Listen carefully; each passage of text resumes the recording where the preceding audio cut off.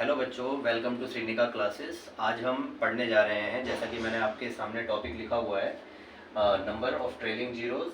ये हमारा topic chapter number system में से आता है और इसके अंदर हमें एग्ज़ाम में एक क्वेश्चन ज़रूर मिलता है। चाहे कोई भी एग्ज़ाम हो, चाहे आप एसएससी का कोई एग्ज़ाम दे रहे हो, चाहे आप यूपीएससी का एग्ज़ाम दे रहे हो, वहाँ पर एक क्वेश्चन आपको नंबर ऑफ ट्रेलिंग जीरोस का मिलेगा। तो बहुत ही आसान सा टॉपिक है और आप इसको सीखोगे तो आपको बहुत मज़ा आएगा और आपको कुछ नया सीखने को मिलेगा कि इस तरीके से भी हमारा एक लॉजिकल क्वेश्चन तैयार किया जा सकता है। तो आइए सीखते हैं, पहले कॉन्सेप्ट समझते हैं इसका कि क्या चीज़ है ये। तो कुछ लोग इसको नंबर ऑफ ट्रेलिंग जीरोस को आम भाषा में काउंटिंग ऑफ जीरोस भी के नाम से भी जानते हैं। और इसको आप यहाँ से देखना कि पहले नंबर ऑफ ट्रेलिंग जीरोस का मीनिंग क्या होता है। नंबर ऑफ ट्रेलिंग जीरोस का मतलब होता है कि जैसे अगर मैं 25 को 4 से मल्टीप्लाई करता हूँ तो 25 4 जो होता है 100 और 100 में लास्ट में हमारे पास 2 जीरो आ गए। तो अगर मुझसे कोई बच्चा या कोई मुझसे ये पूछे कि बिना मल्टीप्लाई करे, बिना रिजल्ट पर पहुँचे, आप बिल्कुल श्योरली ये बात बता सकते हैं कि इस प्रोडक्ट में नंबर ऑफ जीरोज हमारे 2 आएंगे, तो हम कहेंगे हमारे पास ऐसी ट्रिक है जिससे हम इस चीज़ को कैसे कन्वर्ट कर सकते हैं।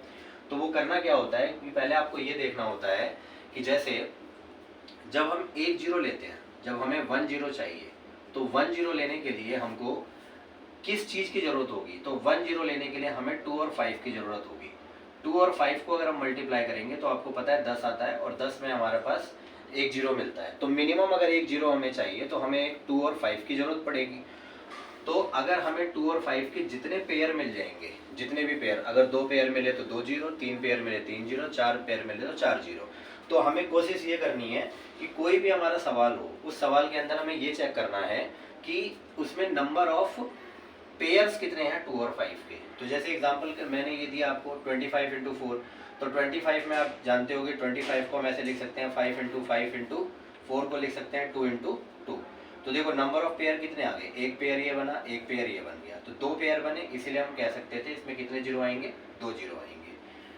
थोड़ी सी बात आपको समझ में आई होगी कि मैंने आपको क्या समझाने की कोशिश करी है कि जैसे इसमें मैंने 25 4 जा 100 लिखा, तो 25 4 जा 100 तो सबको पता है और 100 में लास्ट में 2 जीरो आते हैं, ये भी सब जानते हैं। लेकिन मैं बताना क्या चाहता हूँ आपको कि 25 इंटू 4 को हम बिना मल्टीप्लाई करे ही बता सकते हैं कि इसके प्रोडक्ट में लास्ट में कितने जीरोज होंगे। तो उसके लिए मैंने आपको बताया कि जितने भी हमें जीरो मिलते हैं वो हमें 2 और 5 के पेयर पर मिलते हैं और 2 और 5 का पेयर हमें यहाँ से मिल गया। अगर हमें यहाँ पे 4 पेयर मिलते तो 4 जीरो आते, 2 पेयर मिले तो 2 जीरो आए हैं। तो इस तरीके से ये पेपर में क्वेश्चन, यहाँ इस कॉन्सेप्ट का यूज करके क्वेश्चन बनाया जाता है, ठीक है।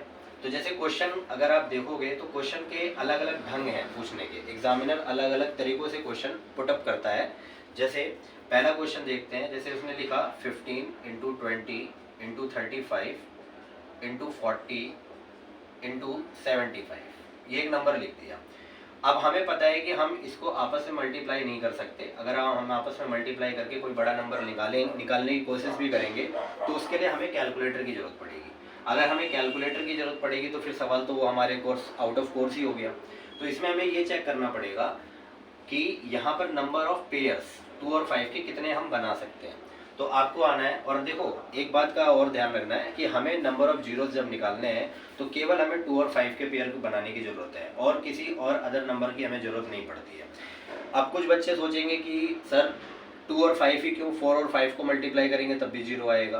बिल्कुल सही बात है, लेकिन 4 का हमारा प्राइम फैक्टर 2 ही होता है, इसीलिए हमें 2 और 5 का पेयर बनाने की जरूरत पड़ेगी। तो जैसे 15 है, अब आप जानते हो कि 15 में 3 भी आता है 5 भी आता है, लेकिन हमें लेने की क्या जरूरत है 5, तो हम यहाँ पे 5 ले लेंगे। ऐसे हमें 20 में 5 भी मिलेगा 2 भी मिलेगा, तो इसे हम लिखेंगे 5 इंटू 2 की पावर 2। 35 में 7 मिलेगा 5 मिलेगा, बट 7 लेने की जरूरत नहीं है। 40 के अंदर हमें 5 भी मिलेगा और 2 भी मिलेगा, तो 5 ऐसे लिखेंगे, 2 हमें 2 की पावर 3 मिलेगा, यानी कि 5 इंटू 8 को हम ऐसे लिख सकते हैं। 75 में हमें 2 नहीं मिलेगा 5 मिलेगा, और 5 हमें कितनी बार मिलेगा, 2 बार मिलेगा, क्योंकि 25 3 जा 75 होता है। तो अब हमने यहाँ पर देखा कि यहाँ पर हमारे पास जो 5 है वो 1 2 3 4 और 2, यानी कि 5 की पावर 6, और 2 यहाँ पर कितनी बार आ रहा है, 2 आ रहा है, 2 3 5 आ रहा है, यानी कि 2 हमारे पास में आ गया 5 टाइम्स, ठीक है। तो अब आप इसको देखो, इस एक्सप्रेशन को ध्यान से देखो। इस एक्सप्रेशन में हमें ये पता लगा कि यहाँ पर 5 तो हमारे पास में 6 बार आ गया और 2 हमारे पास 5 बार आ गया। तो अगर कोई भी चीज़ कम देखी जाए, अगर हम इसमें देखें कि 5 और 6 में कम क्या है, कम तो 5 है, इसका मतलब है कि 5 बार 5 यहाँ पर भी होगा और यहाँ पर 2 5 बार है, तो दोनों में जो पेयर बने होंगे वो मिनिमम मैक्सिमम 5 बने होंगे। तो उसी को हमें यहाँ पर चेक करने की ज़रूरत है। और हम यहाँ पर ये देखेंगे इस चीज़ को कि जब जैसे नंबर ऑफ पेयर्स अगर हम निकालें यहाँ पर, तो नंबर ऑफ पेयर्स हमारे कितने होंगे 5, और जितने नंबर ऑफ पेयर्स होंगे उतने ही हमारे नंबर ऑफ जीरोज होंगे। तो नंबर ऑफ जीरोज जो हमारे आएंगे वो आ जाएंगे 5। तो ये आपका आंसर आ जाएगा। तो इस तरीके का सवाल वो पूछ सकता है एग्जाम के अंदर, इससे बड़ा भी हो सकता है, इससे छोटा भी हो सकता है। जैसे एक एग्जाम्पल और देख लेते हैं छोटा सा। जैसे अगर आपको ये एक्सप्रेशन समझ में आ गया, तो देखो यहाँ तो हमें इस एक्सप्रेशन को निकालने की जरूरत पड़ी, लेकिन एक बार ये पेपर में इस तरीके का क्वेश्चन पूछा गया था कि 5 की पावर 555 है और 2 की पावर 222 है। तो बताइए इसमें नंबर ऑफ जीरोस कितने हैं, नंबर ऑफ जीरोस कितने हैं। तो कोई भी बच्चा देखकर बता सकता है कि अगर इस एक्सप्रेशन में हमें ऑलरेडी दे रखा है तो जो पावर छोटी होती है उतने ही जीरोस होते हैं, क्योंकि उतने ही पेयर हमारे बनेंगे। तो यहाँ पर आंसर हमारा क्या आ जाएगा 222। तो इस तरीके से क्वेश्चन एग्जाम में पूछे जाते हैं। 2-4 और भी टाइप्स होती हैं इसके अंदर जो हमें नंबर ऑफ जीरोस पे पूछी जाती है, लेकिन आज के लिए इतना ही हमारे लिए काफ़ी है कि आप पहले इस वीडियो को बार बार रिपीट करके देखिए कि मैंने आपको क्या समझाने की कोशिश करी है। जैसे ही आपको ये छोटा सा कॉन्सेप्ट समझ में आ जाएगा तो आपको ये दोनों एग्जाम्पल भी समझ में आ जाएंगे, और फिर हम इसके फर्दर क्वेश्चंस पर जब चलेंगे तो और भी अच्छे से आपको ये बात समझ में आएगी। आई होप आपको आज की क्लास अच्छी लगी होगी। तो आप इस क्लास को ज़्यादा से ज़्यादा शेयर करिए, लाइक करिए, और अगली क्लास के लिए आप वेट करिए। तो हम आपको मिलेंगे, और थैंक यू वेरी मच।